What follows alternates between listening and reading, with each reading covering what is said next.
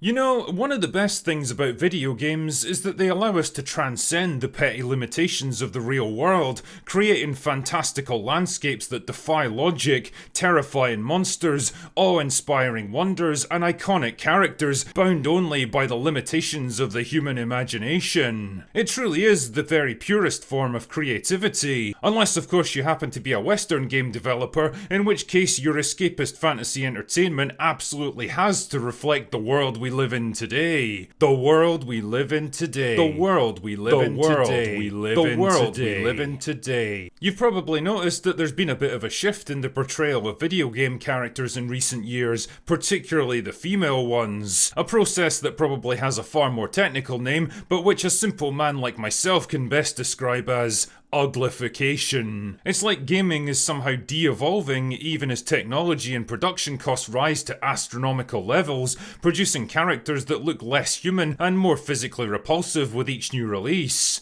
A ruined and terrible form of life. I mean, Jesus, look at the state of it. I don't think anyone wants to go on an adventure with this girl. A quick glance at your average AAA development page is like taking a walk down your average high street in Scotland. The faces you see vaguely correspond to your understanding of what human beings look like, but the features, proportions, and arrangements are so far off that you're left with a disturbingly intense urge to get out of there as quickly as possible and never look back. And it's interesting to note that this phenomenon seems to be confined to one half of the population only, almost like it's intentional or something. The problem seems to have been bubbling away for a while now, but like an explosive diuretic fart, it could only be held back for so long before it made its violent entry into the world, destroying a pair of your best Calvin Kleins in the process. And the explosive release finally came with the advent of the Sweet Baby debacle, which has shed light on a lot of things that Western game developers probably would have rather kept secret. But there it is, all the same, and now that it's out there, it's fair game for people like me to comment on. So just like on my main channel, where I talked about the problems blighting modern Hollywood movies, I figured I'd make a video series here about why modern gaming sucks. And truly, where better to start with any good book than the cover? Part 1. Everyone's fucking ugly. Now, rather than just point and laugh at how ugly characters have become in recent years, let's see if we can break this one down scientifically. And that being the case, the first major problem seems to be a general rejection of femininity and female beauty in modern game development. A perfect example of this is the character model for MJ in the two Spider-Man games. It's the same character in the same game series made by the same dev studio, but with a radically different appearance in each one. In the first game, you can quite clearly see the facial model has all the traits commonly associated with traditional femininity. Rounded facial structure, full lips, large eyes and a small nose. Now compare it to MJ in the second game, and well, I think you can spot the differences. This version has a large prominent chin, a wider and stronger jawline, thinner lips, heavier eyebrows and eyes that are proportionally smaller because the rest of her face is now bigger. In short, she's got a far more masculine appearance than before. Interesting. Or how about Aloy from the Horizon games, a series that I actually quite enjoy. You can see in the image on the left how she looked in the original game. Not hyper-feminine by any stretch because she's trying to survive in a primitive post-apocalyptic world where cosmetics aren't exactly easy to come by, but still she's recognisably female with the softer facial structure typically associated with women. The image on the right, on the other hand, is so masculine that if you were to give her some facial hair, you'd basically be left with a man. And a handsome man at that. Same deal with the main character from Star Wars Outlaws. Prominent chin that would make even Sergeant Slaughter jealous, a wide, strong jawline, thin lips and small eyes. Jesus, it's like these characters all rolled off the same bland assembly line. It's even more perplexing when you see what her actress looks like. I could go on and on with this stuff all day, but you get the basic idea. The real question though is, why? Why are Western developers so against the idea of femininity and female beauty in games? I mean, if I was a cynical man, I might suggest that most game studios are infested with jealous, physically repulsive land whales who can't stand to be reminded that they've broken more mirrors than Conan the Barbarian.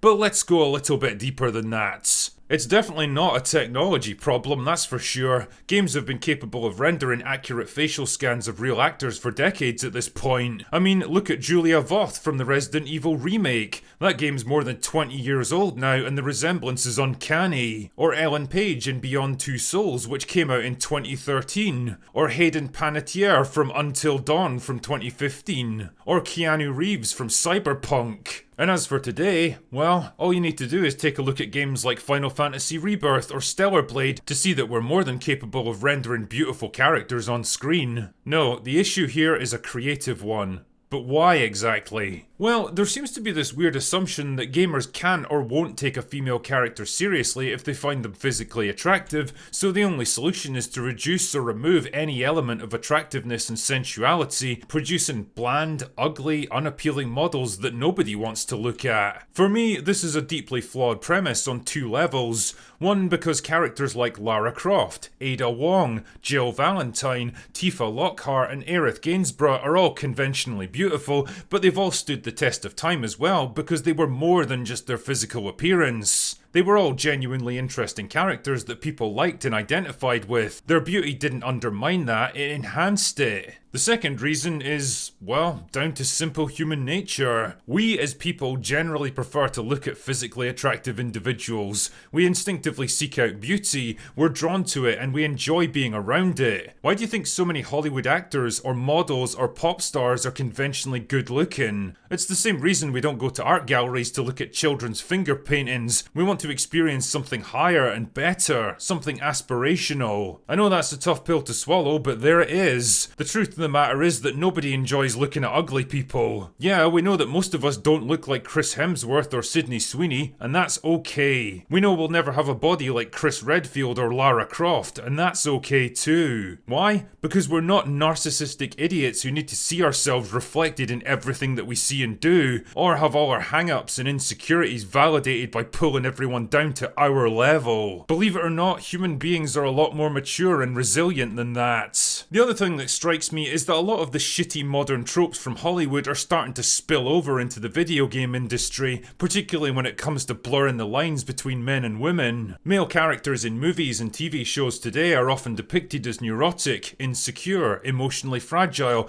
cowardly, verbose and self-deprecating, generally lacking in agency or the ability to assert themselves in any particular situation. Women, on the other hand, are now written to be stoic, confident, assertive, arrogant and aggressive, which are the same exact traits that were once considered toxic in men. They're basically trying to turn them into men, or at least a warped parody of what they think masculine behaviour is, and I think that mentality is bleeding into gaming now as well. Female characters are being redesigned to look more and more like men, because game studios incorrectly associate masculinity with strength and femininity with weakness, rather than seeing both as just being different paths to the same destination. They desperately want to create tough, independent, empowered women, because let's face it, that's pretty much the only kind of characters they're allowed to write now, and because they lack the skill and imagination to construct interesting characters with actual feminine characteristics, their only solution is to churn out women who look, talk and act like the toxic men they despise so much. It's actually kind of funny when you think about it. Their own flawed worldview created a problem that they can only solve by replicating the same exact problem that they created in the first place. Son of a bitch!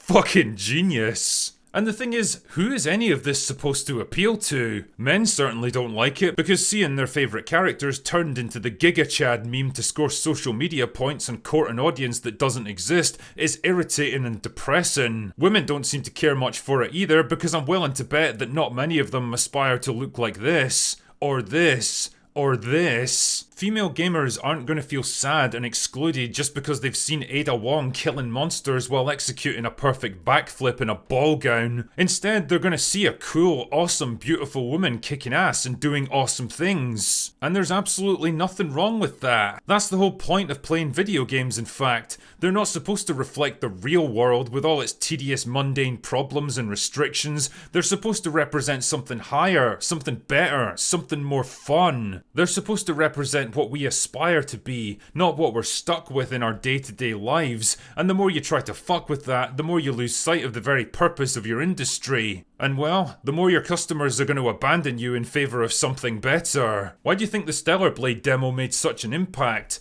It's because the developers were smart enough to give their customers exactly what they want, a kick-ass beautiful woman in a skin-tight bodysuit, and in turn, gamers saw it as a giant fuck you to all the prissy, sanctimonious, fun-killing developers that are slowly strangling Western gaming. And if there's one thing that gamers love doing most of all, it's saying fuck you to people who try to control and lecture them. And for now at least, Eastern developers still seem to understand that fact. That's the great thing about the free market, you see. The customers can always go elsewhere, and if you don't change course pretty soon, you might just find that out to your costs.